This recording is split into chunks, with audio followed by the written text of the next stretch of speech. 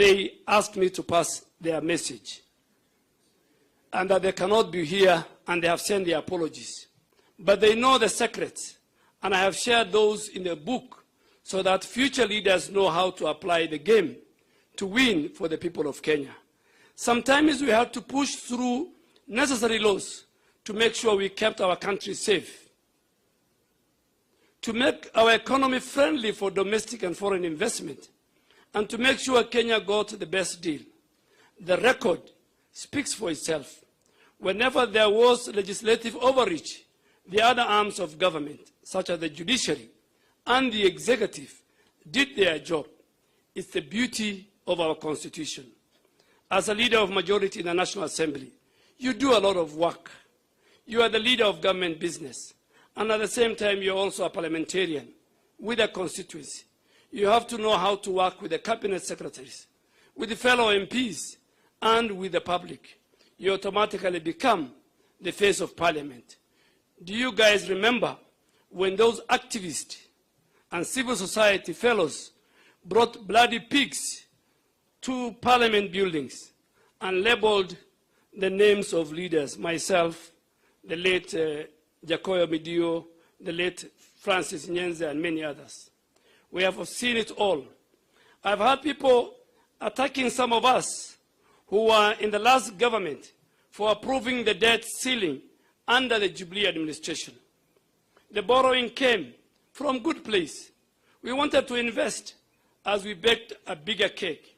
But instead, people minted the money, changed the scope of the projects, and began diverting attention when we complained about the wanton corruption in the last 5 years of the previous administration. But seriously, how do you build a railway that ends in a thicket? Move business from Mombasa, a thriving port in the East Africa, to a bush. I know they say, build and they will come. But you don't need to kill the economy in one corner of the country for it to grow in another corner. Our development has to be inclusive, and I think we ought to have done better with the taxpayers' money. Thankfully, President Ruto corrected that policy mistake immediately he took over and took the port business back to Mombasa. There are many more that we are correcting, and we believe we will fix the economy and make it work for everyone.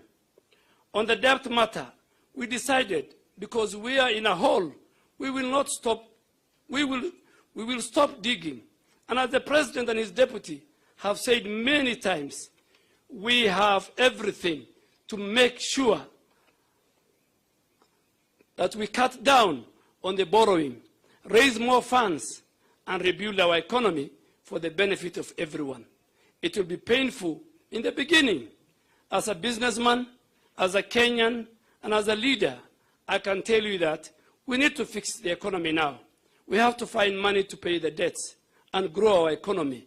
And we can no longer borrow from Peter to pay Paul. Your Excellency, distinguished ladies and gentlemen, the Cabinet Secretary, Honorable Musalia Mudavadi, is here.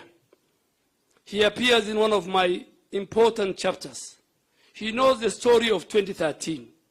He bought a copy of my book a few days ago.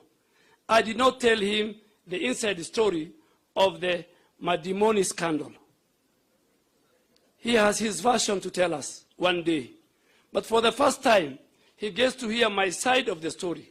Maybe Honorable Musalia, when he gets the chance to speak today, he will tell us his side of the story of the Madimoni scandal. Honorable Musalia Mudavadi is a very tough man, a brilliant economist. I tell everyone that Musalia's speech, known as the earthquake, was brilliant. He diagnosed Kenya's economic problem very well. He knew the situation, and now together we are working to remedy that. When Musalia said, "Tusidanganyane," I felt it. He spoke his truth, many truth, and the truth of 50 million Kenyans. I put that on record too, and I hope he'll get the time to also put it on record. And his speech appears in my book. Your Excellency and distinguished ladies and gentlemen, neither